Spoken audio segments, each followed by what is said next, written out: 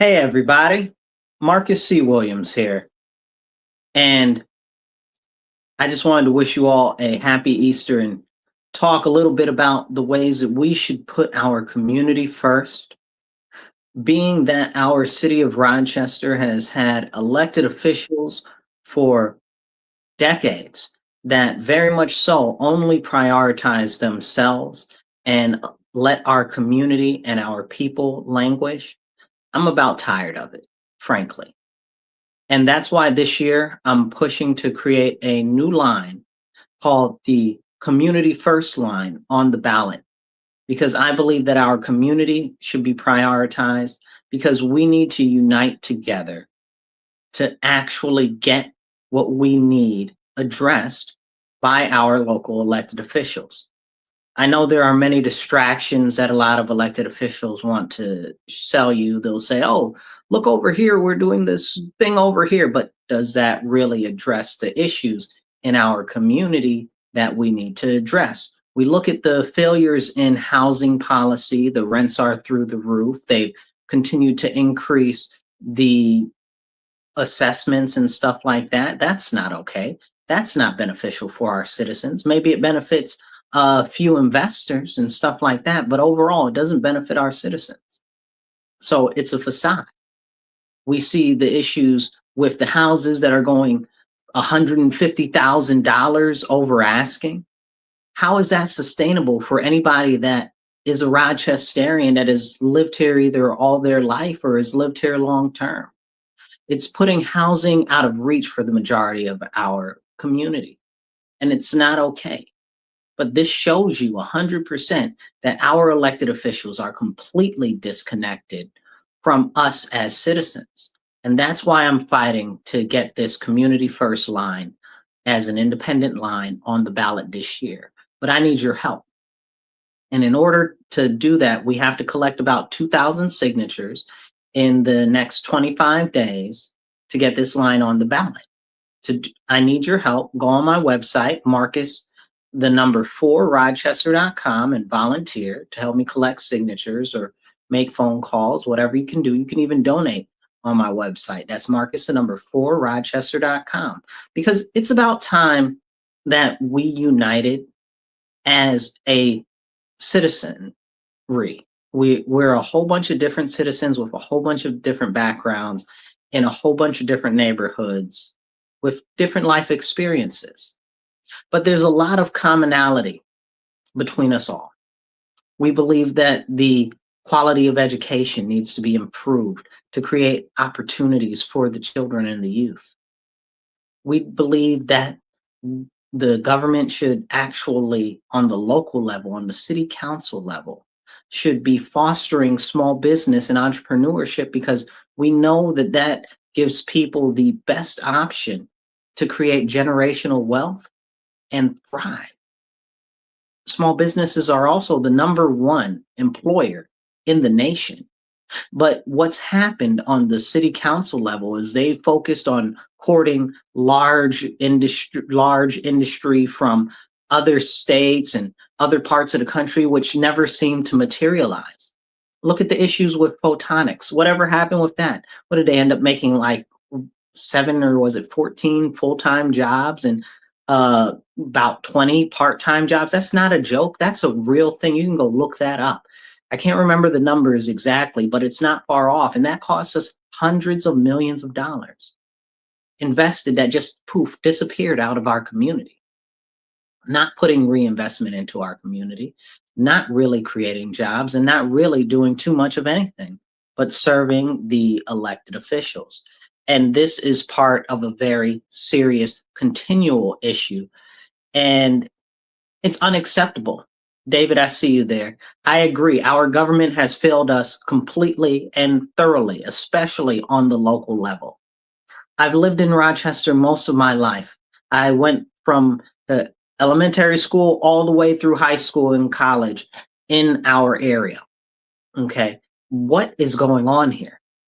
What is going on here? All I've seen is a continued deterioration of pretty much every neighborhood. I wouldn't even say that the crime and the drugs isn't affecting the most, what we would consider to be the traditionally affluent neighborhoods. You look at Monroe Avenue. Monroe Avenue has been devastated. Park Avenue in the East End, you know, it's bad. It's bad, bad everywhere. Even Highland, and this is these are issues that need to be addressed by our elected officials, our city council people, every single day.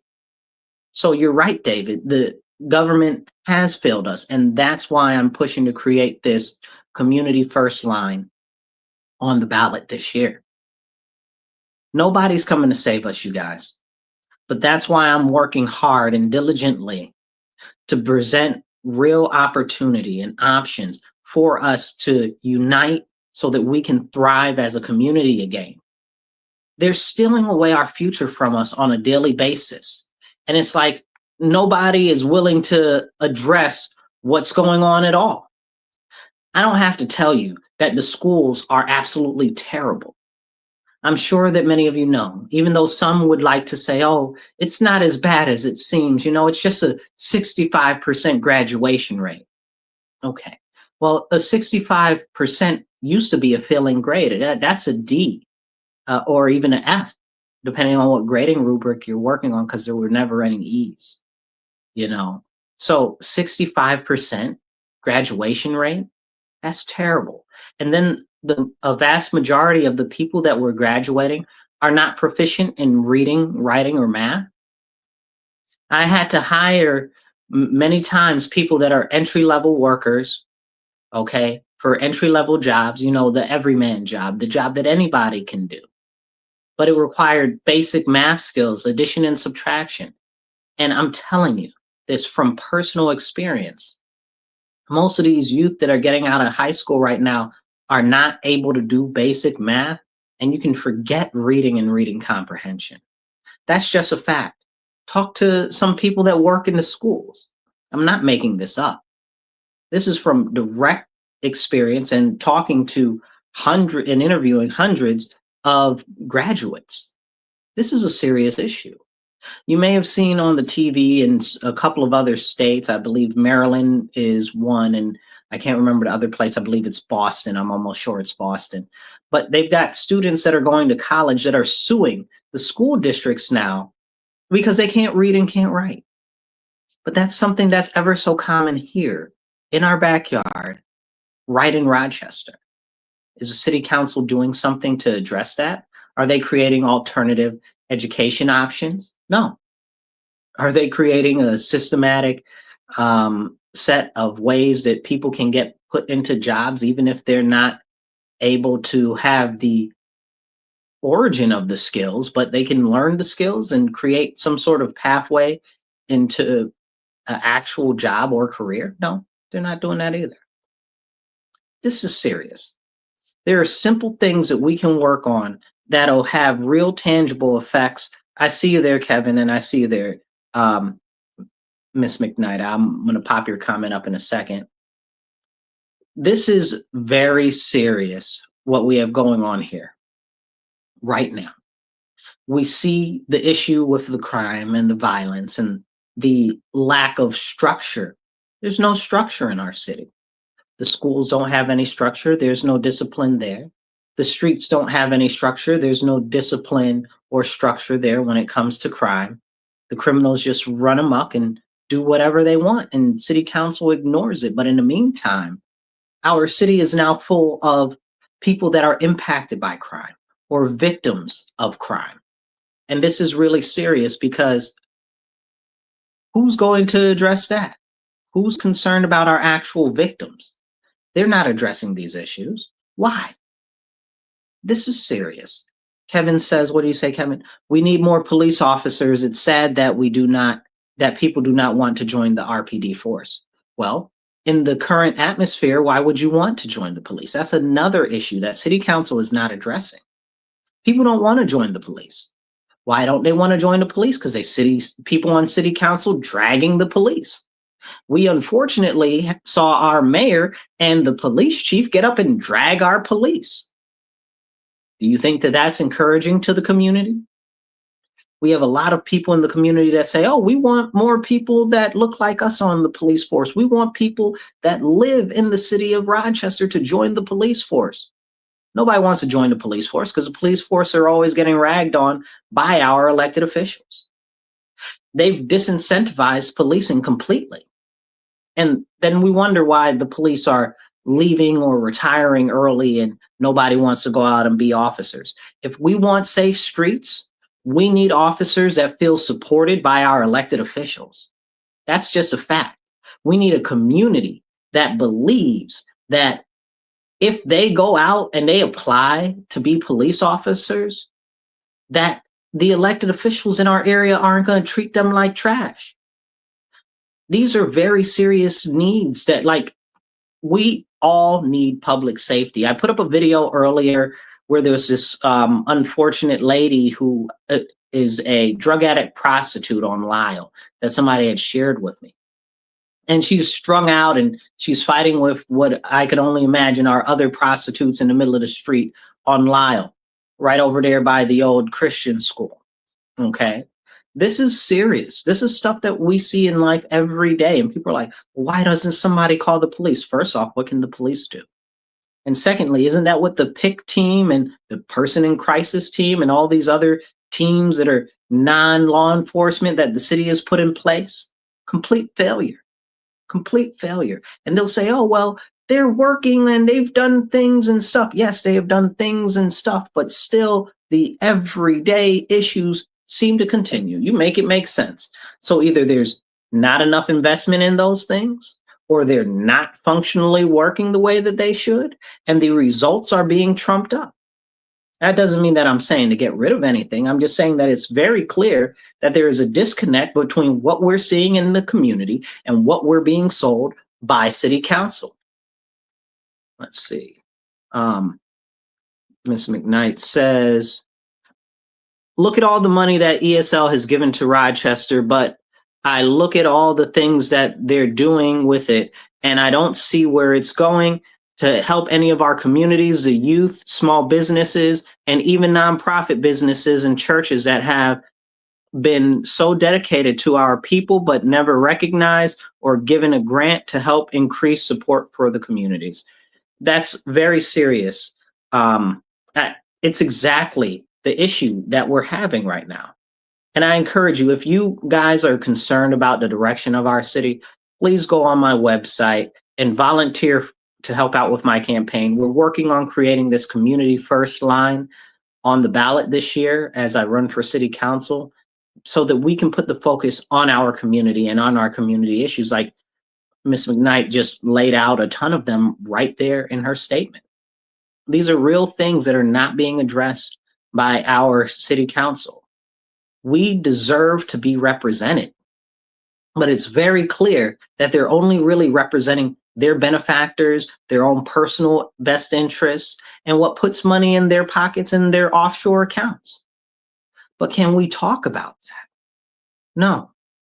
I want to restore hope to our community, because I believe that there is, it's not even a belief, it's very visible to everyone. I'm sure you see it too. You look outside, you talk to people, nothing but despair. People feel downtrodden. They feel full of despair and fear and concern for the future. And they don't know if there's any stability or anything like that, because our city council has not cultivated that. But they'll tell us that everything is fine and we don't need to worry about anything. It's a complete farce, because it's clear that they're not focusing on us. And it's clear that, like Ms. McKnight said, where's all the money that's gone from these investments? Where is it? Where's the money? What is it being invested into? Because clearly, us as average citizens, we see them presenting big checks and putting on lists that they gave out these millions of dollars. Where is the impact? Like, we put millions of dollars, tens of millions of dollars. I believe it was $23 million we got from the state last year for homelessness. And then the city put in like a couple million or something like that. I might be off on the amount or where the money came from, but I know it was over 30 something million dollars that came in to address the homelessness issues. Homelessness is worse than I've ever seen it in my life. In my life. Honestly, it's almost worse than anything I've ever seen in my life, all the years previous combined. It's skyrocketing and it goes unaddressed. They'll try to clean it up in nice neighborhoods and sweep it away. Anybody that's been in Rochester for a while might remember when Spectrum was Time Warner, right where that hill is on Time Warner, where Spectrum is now. They used to have a whole encampment of the homeless. That was where the majority of the homeless in the city lived. They were all right there, chilling, you know? And at that point, everybody knew it. It wasn't a big issue. They were there, they mind their business, whatever the case is. And I'm not saying that that was a good thing. I'm just saying that these were facts. Okay. And then they decided to build those high price lofts right there next to Dinosaur Barbecue. And they kicked all of the indigent and homeless people out. Was that a proper prioritization? Well, you know what they did with them? They put all the homeless people over here in my neighborhood. Our neighborhood was already struggling with crime, drugs, and up and coming prostitution. I mean, we're not Lyle, but geez, it's getting real pretty not good. Yeah, and that's me putting it nice because we're on the internet. I got some other more colorful things to say about it that aren't so pleasant. But these are the realities that we're dealing with. And now you see them sweep encampments all over the place. Just like it doesn't exist. I was walking downtown earlier today, and this homeless lady was sitting on one of the steam vents, and it was a wretched smell and horrible. But it shows you that she's trying to survive how she can. Now, I must make clear that not all of the people that are homeless or strung out or have mental issues want to be in homes. They don't.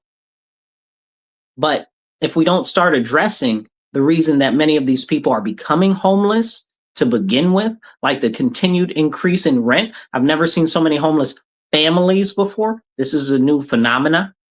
I've never seen so many homeless white young men. This is a new phenomena. Okay. These are serious issues because the costs of rents keep going up, up, and up, and up.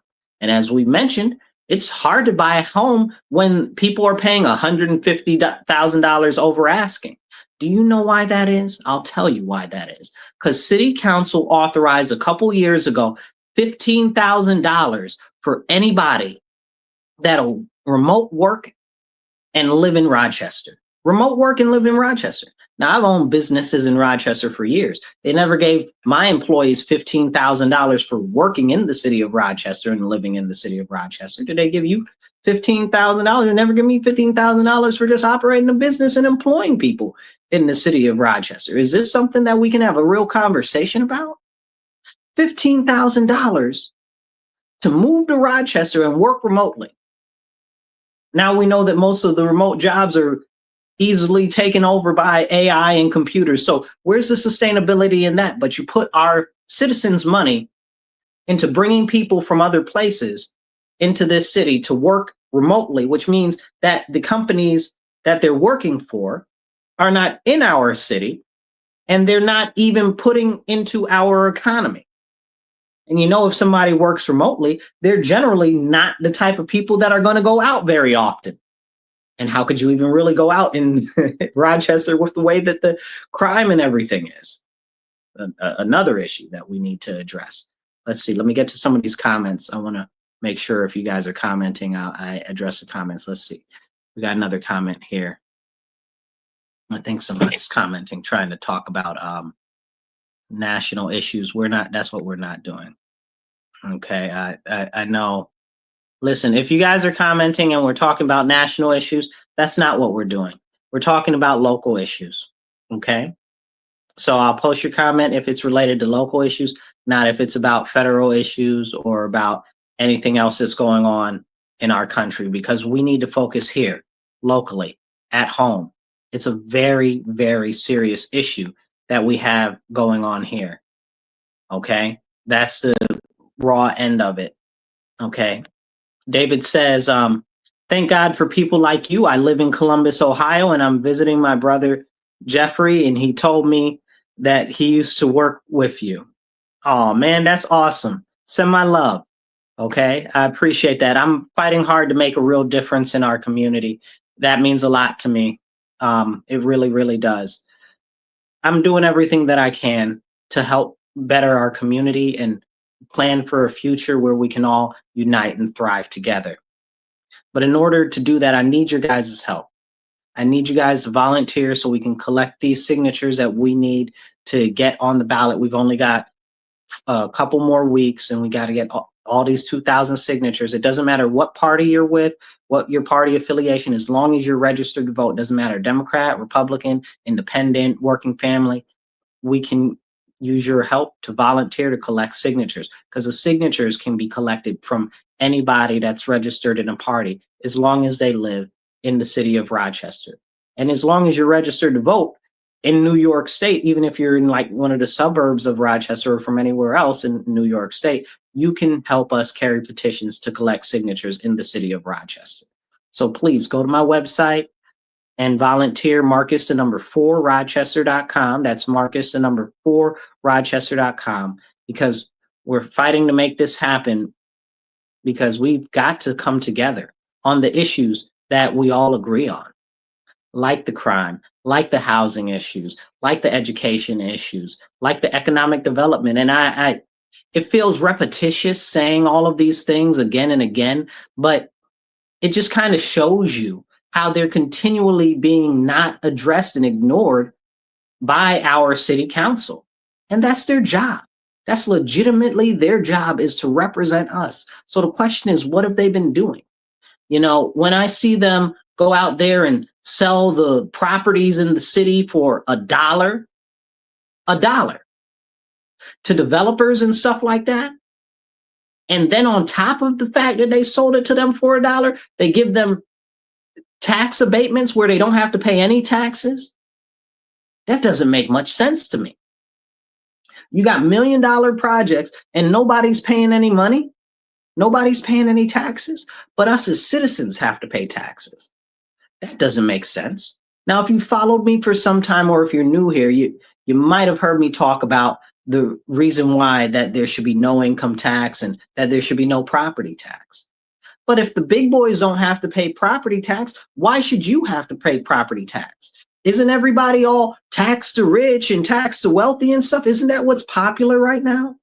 But right here in our backyard, in our front yard even, there are developers that are paying no taxes on the properties that they own that are worth millions of dollars. But if you're a small homeowner, if you own a couple of properties, you got to pay taxes. And they just raised your assessment. Then they trotted out last year how, oh, well, we should do something about the assessments. No, don't play in our face. You authorized those assessments to be raised to begin with. You didn't need to authorize that. That never needed to happen at all. So my solution when elected is to allow you to choose to revert your property value back to the way that it was previously in your previous assessment, or keep the new one. But your house should not be judged based off of somebody paying extra $150,000 over asking in your neighborhood when you bought your house for $45,000 10 years ago. You know what I'm saying? Like, it's not okay. And this is happening all over our city. So I lived in the 19th ward the vast majority of my life. Okay. Homes that were $75,000, $80,000 legitimately 5-10 years ago, not even, are now going for $150,000 asking and selling for 210, 225. How is that sustainable? You explain it to me. Make it make real good sense, like I'm 5, okay? Because this doesn't make any sense. And city council is allowing this and they're encouraging this. And how is that benefiting you? And all it does is it raise your cost of living. And that's not okay, because everybody, whether you're Democrat, Republican, Independent, see the cost of living rising. Whether you want to blame this person or that person or whoever on the federal level, it doesn't matter, that we've got poor policies right here in our city that are being pushed and not addressed by our city council, that are making things more expensive right here. Right here. Got a couple of comments. Let's pop those up and address those. Let's see, somebody commented here. Okay. Miss McKnight says, you like my website? Thank you very much. I work diligently on it. I appreciate it. I want to add a couple things to it, but I appreciate that you think that it looks good. Thank you. You guys, please go on my website, volunteer, so that we can help get this community first independent line on the ballot. It's not about your party. It doesn't matter what party you are in. You can help. If you're Democrat, Republican, independent, conservative, working families, non-registered, it doesn't matter. You can help volunteer with my campaign if you see what's going on in our city and you're tired of it. Because it's going to be up to us to unite together. We're not going to agree on everything. We're not going to agree on federal policy on everything. We're not going to agree on state policy on everything. But one thing that we can agree on is the schools are trash, the crime is crazy, and what we've got going on in the economic development is not sustainable, because who's qualifying for the majority of the jobs that are coming here? Nobody. And that's a sad thing, because all of the jobs that are coming here are for people that don't have the education from here in our area, because we just do not have that quality of education. And if we want people to be able to work, we have to give them the opportunity to thrive. We have to create an environment that is actually uplifting and encouraging of small businesses and entrepreneurs. We have to create an environment where the students and the youth are educated and our communities are educated on the jobs that are coming out, that are willing to come here, and that we train them up in the way that is right so that they can get those positions. There should be no companies coming here that aren't hiring people from in our city. That's crazy. I know everybody's like, oh, well, we can just bring people from other places. I'm not trying to hear nothing about bringing nobody from no other places. Because what about our actual community members? Should they be forgotten? Should you be forgotten because they want to prioritize people from other side of the country or stuff like that and try to bring them here? That's not my goal. My goal is to represent you. It's to focus on our citizens that are here, the citizens that have been here historically here, that have lived here all of their lives, and the people that have lived here, started families here, and actually live here now. Not trying to pull somebody from across the country, okay? I believe that our priorities in Rochester should be on Rochesterians, not on somebody from the Southwest, Midwest, down South, wherever, okay? I'm not trying to represent anywhere else except our city. That's what I want to represent, because I believe in you. And I believe that you deserve better, that we deserve better, and you matter to me. So please help out, help us collect signatures to get our independent line called the Community First Line on the ballot this year. You can go on my website, Marcus4Rochester.com. That's Marcus4Rochester.com. And you can volunteer right there, right on the website. It's real simple, like 2 clicks, and you can volunteer. You can also donate right on my website. Whatever you can, $25, $250, $1,000 if you got it, or anything in between. But we need donations and we need volunteers to make this happen. I know you guys see what's going on in our community and you don't like it, because I know I don't like it. And I talk to many of you guys, and I've talked to family members and friends and people that completely disagree with me on other types of politics. But we share one common concern: local politics and how that matters. I might not agree with you on many things. You know, I might not agree with you on pineapple on pizza. But the fact of the matter is we can all agree that our city council is supposed to represent us as a community and as a city. And right now, they are not doing that. We got a couple of comments here. Okay, David says that he will sign up to volunteer and donate. Thank you, David. I appreciate you. Let's see what else we got. Okay, Dynamite. Oh, somebody else said they like my website too. Sorry if I'm not able to put all of these comments up there at one time. There's like something blocking it, so I can't see them all at one time. But I appreciate you guys. So please share this link and get it out there. Share it to your page, share it to your friend's page. You share it everywhere and anywhere. Because the only way for us to restore Rochester is to restore opportunity. And to restore opportunity, we have to return focus on our citizens here that live in Rochester right now. Not the people that might come here tomorrow or 5 years from now, the people that live in our city right now. I know you guys have seen many construction projects across the city, and many people have called me and reached out to me in reference to many of these projects. And they're like, why are they doing this? This is making our life more complicated. I know. I hear you. If it was up to me, I would not be authorizing those programs that they're doing to do all of this crazy construction, which is making life more difficult for our citizens. I hear you. I 100% hear you.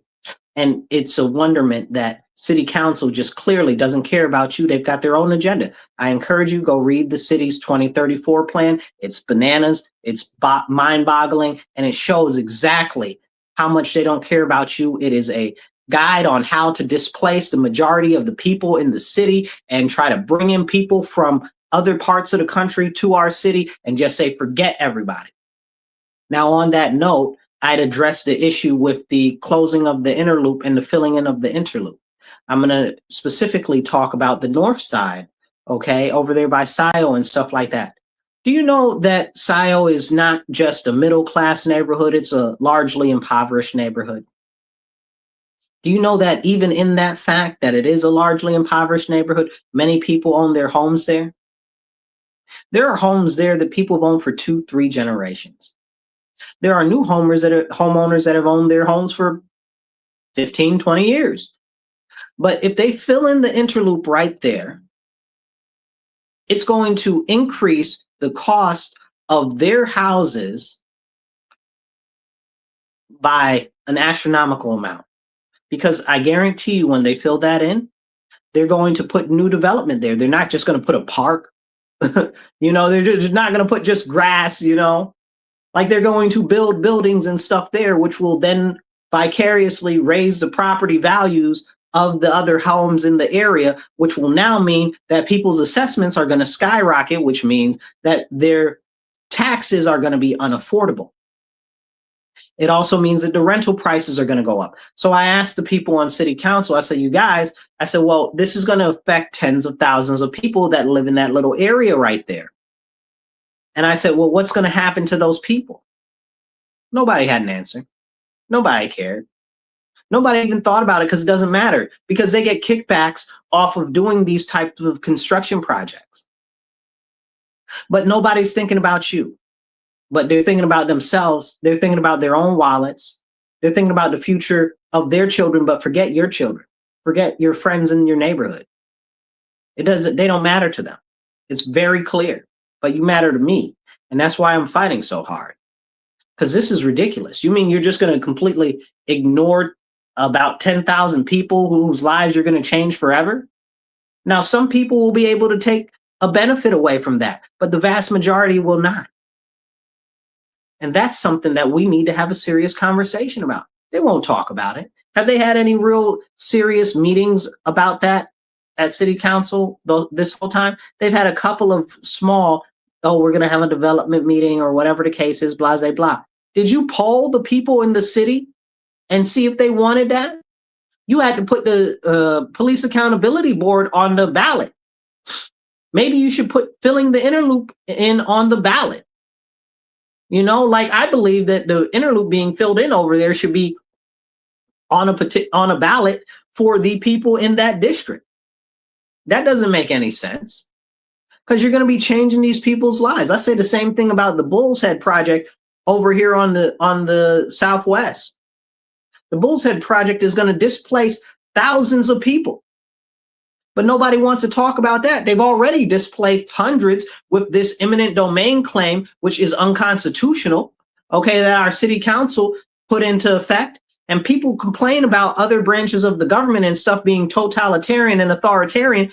Here in our backyard, our city council is forcing people to sell their land because they want to redevelop the area. Now, you make that make sense to me. You tell me that that's not authoritarianism at its maximum.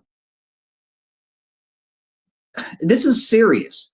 And then you want to talk about authoritarianism? They got it on the East End where they got it blocked off, and you got to show your ID to get into a city neighborhood and then get patted down. Like this is freaking the German, and under Germany, Nazi Germany. Like, is this what we're doing right now?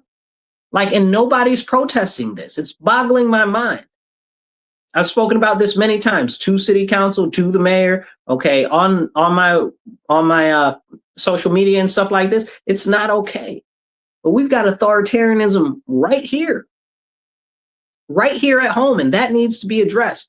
But the news and the social media and everything else has you distracted from what's going on locally. We need to focus locally. And that's why I'm pushing very hard for this community first independent line, because it's not about the party that you're in. It's about uniting everybody in our community together so that we can address the issues right here in our own city, because they're not getting addressed.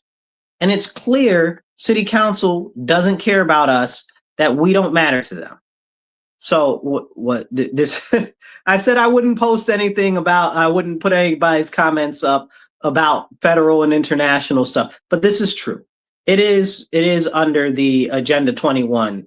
I wouldn't say the New World Order, but you can say the UN or whatever the case is, because it is the UN. You can look it up. C40 cities is another thing I'd encourage you to look up. 15-minute cities is also another thing I'd encourage you to look up. It's all part of this grand design that's being pushed. But again, where we can effectuate stuff is here on the local level. But it does help when you're knowledgeable about those other areas I just mentioned. So please check them out. Let's see. Kevin says something. Kevin brings up a very good point, you guys. I will be at Speak to Council this Thursday evening. It's at 6 p.m. So if you would like to join me, please come out to Speak to Council, and you can meet me there. You can help support me in talking to City Council. And if you want to speak to City Council yourself, which is something I always encourage, you can sign up, but you got to sign up before that evening. So you got to call City Council before 5 p.m. Thursday, okay? And you can do that anytime, Monday through Thursday. Just call them before 5, before that day, so you can sign up to speak if you want to speak. If you're not confident in speaking, or you just want to come support me and what I'm doing, just come on down. You don't even have to call to set that up, okay? But please, I encourage you also, do volunteer on my website, Marcus4Rochester.com, because the only way to make this real difference in our city is going to be if we unite, no matter what our background is, no matter what our religion is, no matter what we believe, what we think of should be at home, but what we see is a commonality between each other, because we're never all going to agree on everything. But things like crime, education, housing, and economic development, those are the things that we can all agree on, which are supposed to be the main focus of local government. And right now it's clear that it's not. If we have all of those three things, all four of those things addressed, then we won't really have any issues. We'll be able to thrive together, but we've got to unite to make that happen. So I need your help to collect the signatures, help me make calls and collect the signatures to get on the ballot on this community first line, because this is a new line we're working to create, that it won't matter what party you're in. It just matters that you care about our community, because it's time for us to unite together, because it's clear that City Council is working their best to stifle our success and our opportunity. They are legitimately stealing away our opportunities and the opportunity to thrive in a future for the children every single day by creating faulty priorities. and we deserve better. And I believe in you, and I believe in us. I believe that we, if we unite together, can overcome this horrendous evil that we see in local politics right now. Because it's been this way for decades on a slow decline in our city. The drugs are more prevalent than ever. Human trafficking is abysmal in our city and nobody addresses it at all. Look at all of the missing children. Nobody even talks about the missing children. Nobody. It's crazy. You should every day there are children going missing in our city. And then they're like, oh, well, some of them ran away or whatever the case is. They're running away and they have no social media presence. Whose face are you playing in? Not in this day and age. That's not what's happening. Most of these children are being human trafficked, either for sex trafficking, as drug mules, or even for organ harvesting and blood harvesting. But we can't talk about that. They don't want to talk about that. They don't even want to address that. How come there is no task force to address the missing people in our city right now? As city council, I would push for that. I'd also work to make it so that we can actually encourage our youth to engage more and be more athletic, but not just that, see that there is hope for a better future. It's important that we instill in our youth that they have a mindset that allows them not just to grow, but to thrive.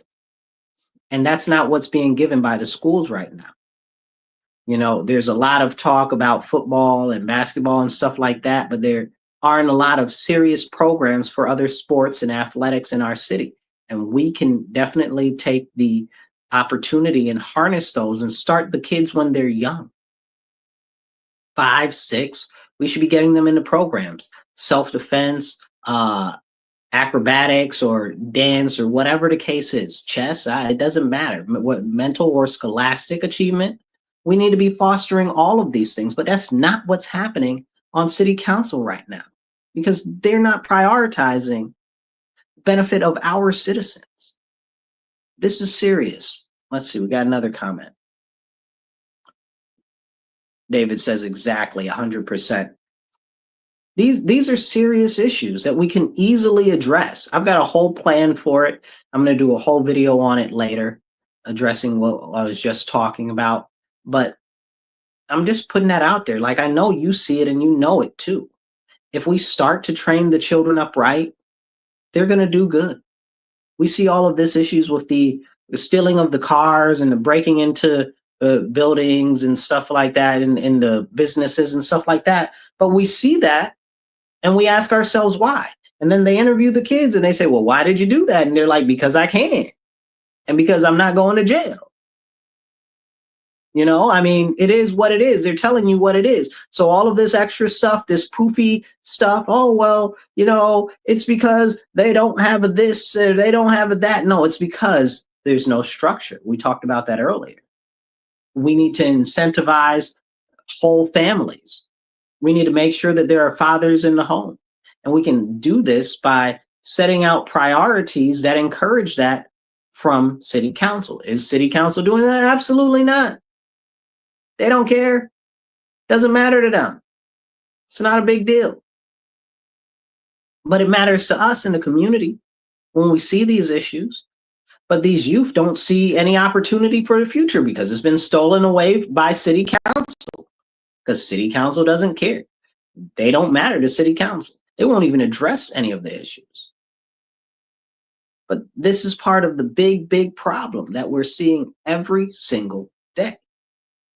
Why aren't they addressing it? You have to ask yourself. And when you start to ask yourself those questions, you have to only come to one conclusion. And that's that we don't matter to them. And that's why I'm pushing for this community first independent line, because you matter to me. I believe that we need to reinstill hope in our community. And we can do that by pushing for opportunity in our community, for individuals to come together, to unite, and to thrive. That's how we do it. That's how we push our city forward. That's how we uplift all of our citizens, not just some. not just developers, not just the wealthy, all of our citizens, because we all deserve opportunity. But when it's stolen away by faulty priorities, by a greedy city council that only prioritizes what's politically expedient and what helps their benefactors or their own pockets, it goes to show you that we deserve better. So I encourage you, go to my website, please volunteer, help me collect the signatures that we need to get on the ballot. And you can also volunteer to make phone calls. We need people to help collect signatures and people to make phone calls. It doesn't matter what party you're in, Democrat, Republican, independent, non-registered, as long as you're registered to vote, you can help. And I need your help because this isn't about me, it's about our community. It's about the need to unite for our community so that we can have a better future for everybody. There's real opportunity this year, real opportunity to make a difference. And I know all of you have been saying, oh, everything is terrible. There's nothing that's going to make any change. We can make the change, you guys, but it's got to be up to us. We have to unite and we have to do it now. There is no time in the future. Now is the time for us to come together and unite. Now is the time to make the change that we want to see.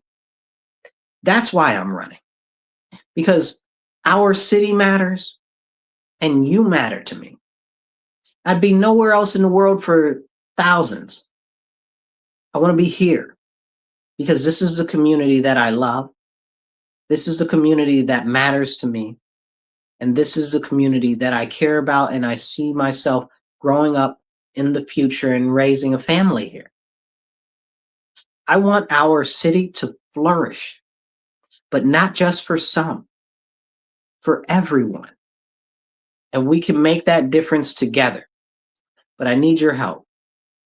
It only comes from your help and your assistance.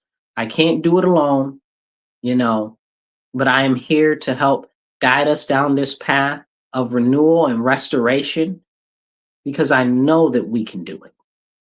It's not a thought or a doubt in my mind that we can improve our city for all of our residents.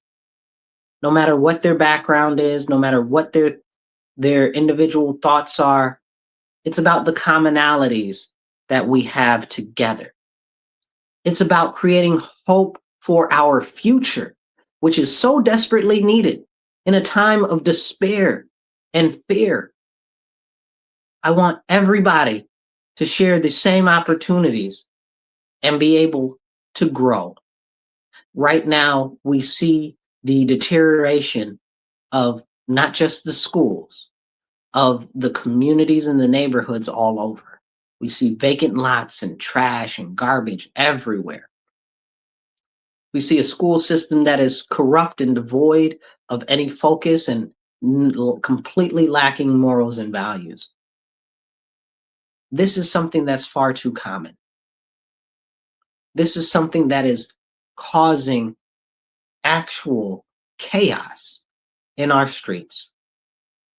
Because it's like broken windows theories, if you've ever heard of it before. The theory is broken windows is that if one small thing is a situation and it's not addressed early, then everything else will decay. And that's exactly what's happened.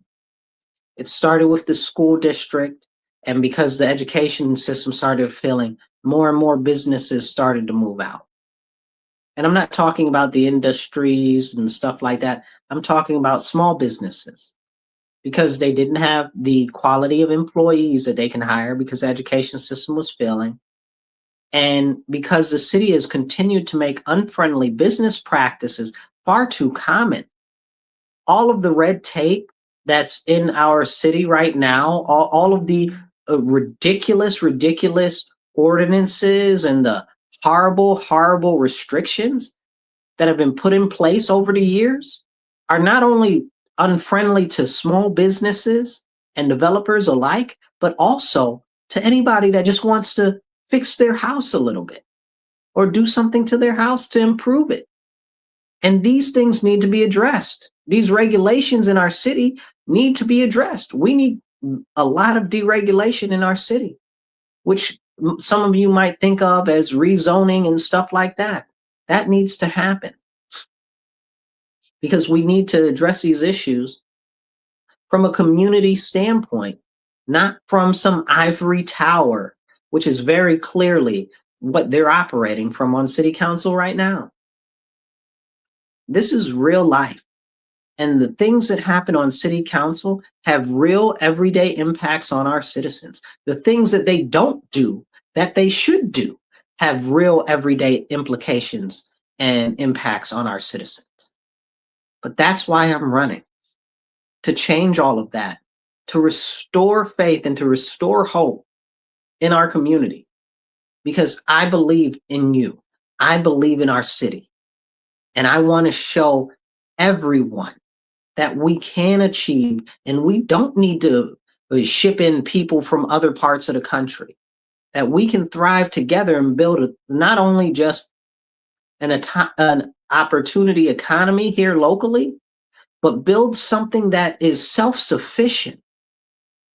That's what our food should be from here in the local area, our everything, that we should get the majority of the things that we need in our local area.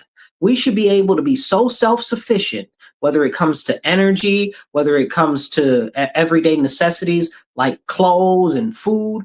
All of that stuff should be able to be made here in our city or right in our backyard. We need to be as self-sufficient and self-sustaining as possible to chart forward a better future for all of our citizens. We need to be able to function almost autonomously like a city-state. Rochester should be the best state, the best city in all of New York State. That's my dream. That's my vision for Rochester. And to build it with our actual citizens, not with imported people from other parts of the country or the world for that matter. Because the people that live here, you matter. You matter to me. But it's clear that you're not a priority to our city council. They take, and what do they give? To 2 or 3 nonprofits that are run by their cousins or people that have donated to their campaigns. I was at a city council public hearing. They don't do those very often, but it's an election year. So of course, 2 out of the 3 people that are running for re-election want to put forward a hearing all of the sudden on issues. But in that hearing, I heard something that was very, I want to say enlightening, but maybe enlightening is a little too sweet to put it that way. Concerning is not quite right either.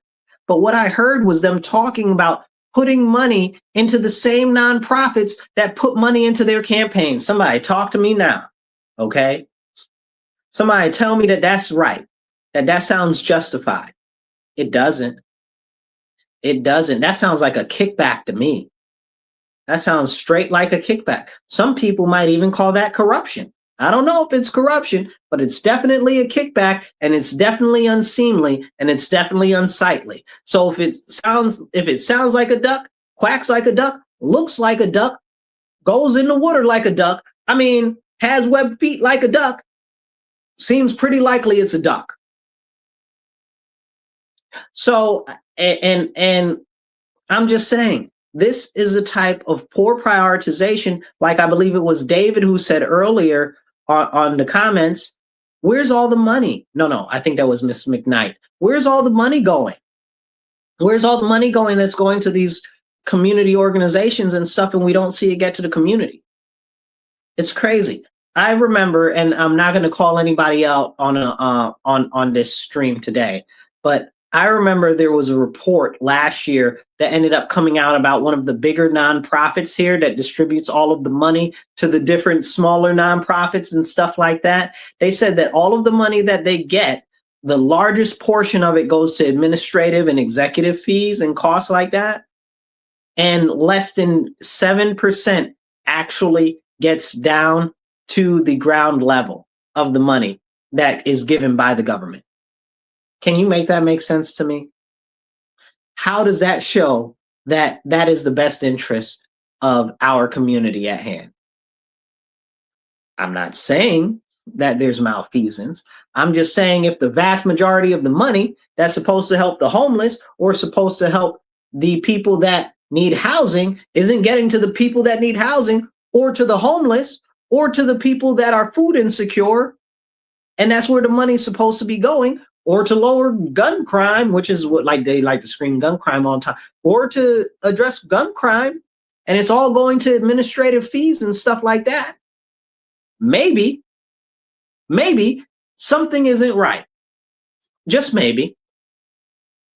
Maybe we as the community need to demand, I'd say accountability. You guys know I'm big on accountability for those type of things. But I mean, at least some transparency, because it's not like it's their own money.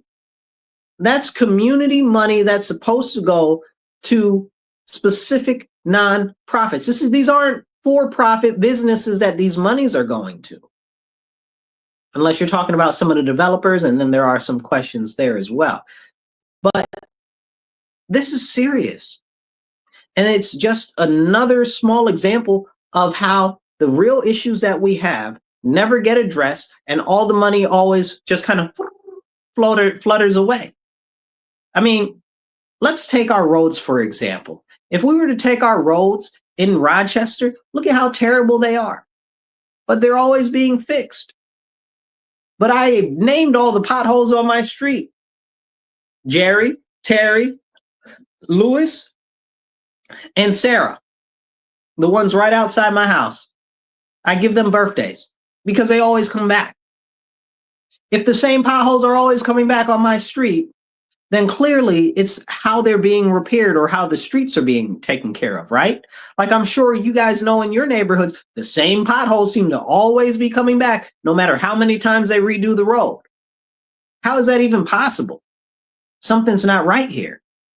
And I look at it like this, as far as solutions go, we've got all of these great, what do you call them? I guess universities and colleges and stuff right around here. We've got Cornell not too far from here. U of R is right here. RIT is right here. We've got SUNY Brockport, and MCC is one of the best community colleges in the country. We've got all of these schools right around here.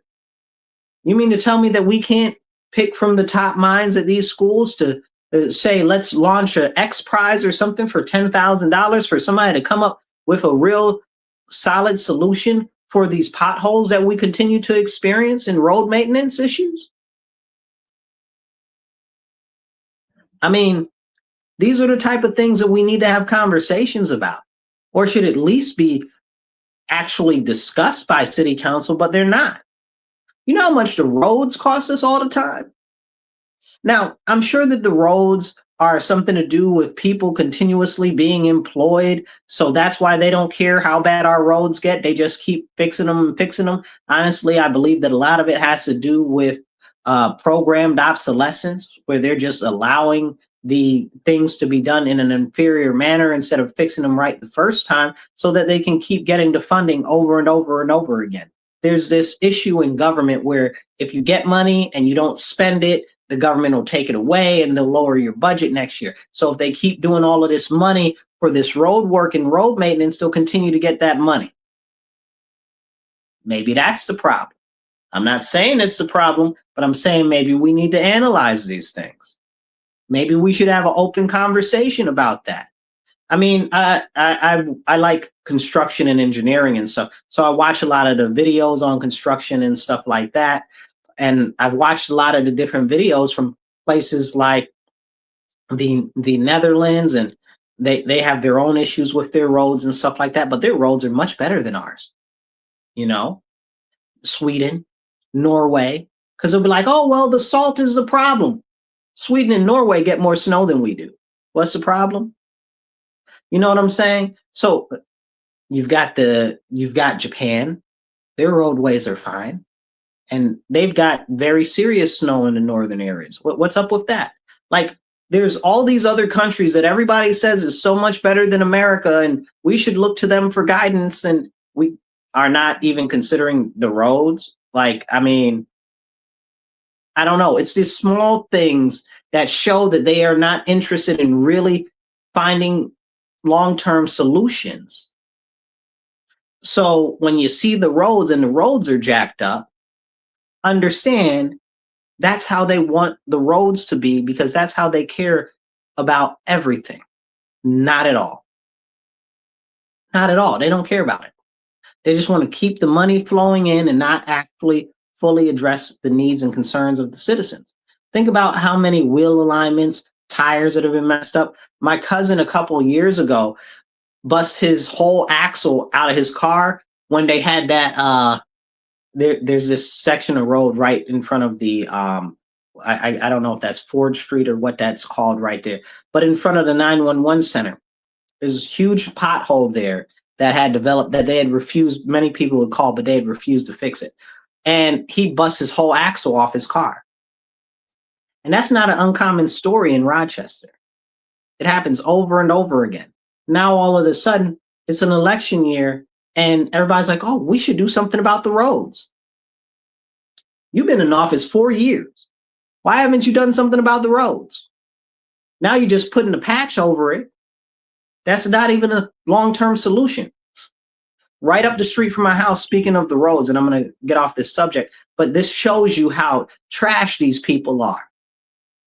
Up the street from my house, and on my street too, they did this ridiculous nonsense where they repaved the streets, but they didn't actually repave the streets. What they did was they dug up all of the tar and everything, the top layer and everything, and then they put gravel down. Gravel, just gravel. Do you think that they compacted that gravel? Absolutely not. No steam engine, no steamroller, no nothing. None of those little tampers that tamps down all the gravel. None of that. They just threw it down on the ground, put a sign up, said, go slow, 15, 20 miles an hour, loose gravel.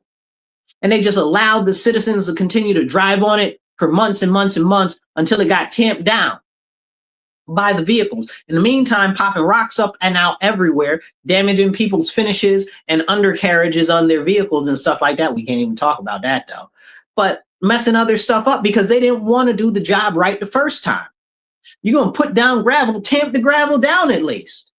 And then you don't put any blacktop on it? Is this how we're operating? Halfway, half measures? But this shows you exactly what I'm saying this whole time, that we deserve better.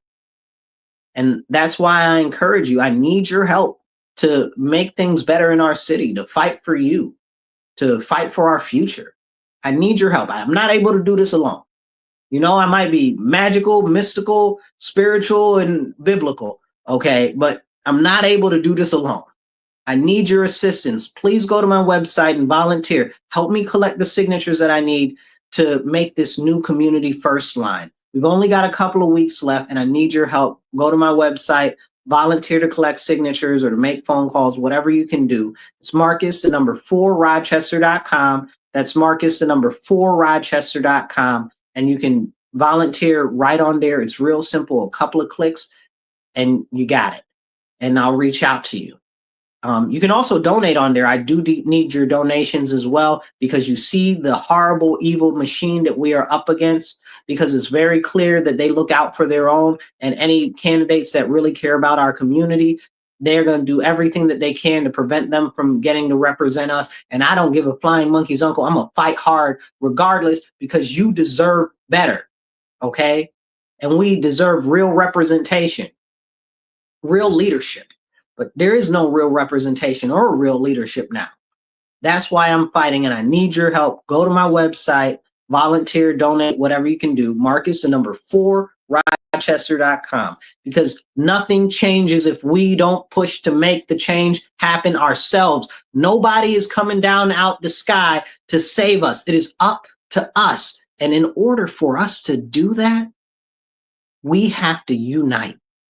No matter our differences, okay, no matter what we think or whatever, we need to come together on the commonalities in things that we can agree on, which at the base of it, on the city council level of it, are public safety and crime, education and education opportunities, economic development, especially promoting small business and entrepreneurship and job placement, and housing. Above all, the rental costs are out of control and it's getting more expensive for people to live every day. And purchasing a house is almost unobtainable at the prices 150,000 over asking. A house went not too far from here the other day. Crazy, crazy. It was already not affordable to begin with. It was like a house that should have been like $70,000. Like that's the quality of the house, like $70,000, but it was being sold for like 130, and then it went for like almost 300. It was like 270 or something like that, something ridiculous, just completely out of sorts for the neighborhood and the community. But these are things that are not getting addressed here locally by city council. And I know everybody sees it. So please help me fight. Help me make a real difference in our community because it's up to us. Nobody from the outside is coming to save us. Nobody's coming out of the sky to come save us. Nobody's coming out of the ground to come save us. Here I am. Send me. I will stand up. I will speak up, and I won't shut up. And I will definitely take action for our community because that's what I preach every day. That's what I believe in. And many of you guys see me out there. You see me doing the work. You see me putting in the effort in the community. A number of you guys have either worked with me in the past or you've come to my seminars where we do civics education. I teach civics education. For those of you who don't know, I do free classes once or twice a month, and I do constitutional classes as well. These things are important to me. Getting people involved are important to me. Okay. And somebody the other day saw me, and I don't talk about this stuff often, what I do, because I don't do it for any publicity or stuff like that. I was out doing some community work like I do. I was feeding some people and stuff like that. And they were like, "Oh, Marcus, is that you?" Da, da, da, da. It was like, "Yeah." They're like, "Oh, you do this often?" It's like, "Yeah, I do it all the time." They're like, "Well, I don't see you putting any pictures or stuff of it up or whatever the case is." I said, "I don't put pictures up of it." I said, "Because I'm not out here doing it for any type of clout." But you're so used to seeing politicians and people doing these things for clout. And that needs to change too. Either you're doing it as a service and you're doing it as a good work, okay? You gotta stack your stuff up in heaven, right? That's where your rewards are held. Like I'm not doing it for credibility. I'm doing it because it's right, because I'm compelled to do it, you know? And that's what we need is people who do care. Instead of being snapping pictures, being online I should show you guys my photo dump that I've got from pictures that I've taken over the last couple of years at community events and different things that I'm doing. But it's not for me to go out there and publicize it because I'm not trying to build up off of that stuff. I'm doing it because it's positive. I put a lot of work and effort and stuff into our community because I believe in our community. I believe in our future. It's not just words that I say. I live by what I mean, you know? There's a lot of things like I'm not perfect by any means. I got my own issues and I do my best not to preach about those things that I have issues with. You know what I'm saying? Like I'm not trying to be a hypocrite or nothing. So I don't the things that I talk about are all things that I stand on and I stand on that business. I care about our community. I really do. And I care about you as an individual. You matter to me. And I know so many people feel like our elected officials don't care about them, that they're not listening to them. I'm more than willing to listen to you. I listen to people all the time. I'm not hard to contact. You reach out anytime because that's what we need. Elected officials that are going to listen to us and address our concerns. So help me get this independent line that we're calling the Community First line on the ballot this year. I need your help to collect these signatures and make phone calls and get out there to make this happen. We've only got a couple of weeks, you guys. It's only a couple of weeks. So I really need you to sign up on my website. It's Marcus, the number 4Rochester.com. Marcus, the number 4Rochester.com. And it's just a couple of clicks. You can click the volunteer link and you can volunteer right there. Bing, bang, boom. Less than 2 minutes, you can sign up. You can also donate right on the website. Just takes a couple of clicks. It's not hard, but we got to put this effort in to make this difference. If you care, you got to start here. That's a good slogan right there. That sounds really good. If you care, start here, you know? Like, but it's for real. It's for real, for real. We got to be the people that actually get active to make a difference. Because nobody is coming. I'm trying to tell you guys, like I very firmly believe this and see it continuously. If we do not get leaders, and I use the term loosely because most of these people out here are not leaders. It's fake. It's a sham. It's a complete fabrication. I was thinking of other words that weren't so pleasant in my head. But it's not real. They're not leaders. They don't care about the community. They play in our face, but they don't have any deliverables when it comes to being in office. It's different if you're making promises and stuff like that. A lot of people make promises when they're running. Okay, I don't want promises. I want real implementable things. Tell me how they're going to be implementable, and we're cool. But most of these people are always promoting stuff that's either one, not feasible, two, not cost effective, or three, just they're blowing smoke completely. And we got people on city council that do that now. You know, like it's crazy. We deserve so much better. And we've got to build a better future. But to do that, we need to build opportunity. And the only way to get that opportunity is to unite so that we can thrive together. So I encourage you, go to my website, volunteer, donate, do whatever you can, but I need your help to get these signatures. We got about 2.5 weeks to get the rest of these signatures. We need about 2,000 signatures in total. We're on our way there. We're getting there, but I need your help. I'm not able to do it alone. I'm not. I'm a great individual. I am a awesome Marcus. Okay, if you ask me, I'm the best Marcus in the whole world. Nobody can compare. But I'm me. I'm one person. And I'm running for our community. So I need the community's help and the community's support. Many of you approach me and say, hey, Marcus, I appreciate you and what you're doing. That means the most to me. First of all, number one, that means the most to me. That encourages me to keep going, even though pushing forward in this crazy political environment is very daunting and can be very, how can I say it? Less than positive of an experience. That's the way to put it nicely. So I appreciate all of you that encourage me when I see you guys out on the street. I appreciate those who call me just with voices of support, but now I need your actual help. I need your actual physical help. I need you to help me collect these signatures so we can make this happen. This isn't just about me. It's about all of us. We're creating a movement to push forward the actual needs of our community and address the actual needs of our community. It's a movement to take us forward and to help promote in the future, not just opportunity, but unity. So with that, I'm gonna get out of here, you guys. Go to my website, donate, volunteer. Please volunteer, you guys. I know it sounds, to me, and I don't like to ask for things. I don't like to ask for money. I don't like to ask for help or volunteers and stuff like that. But I need you. I need you.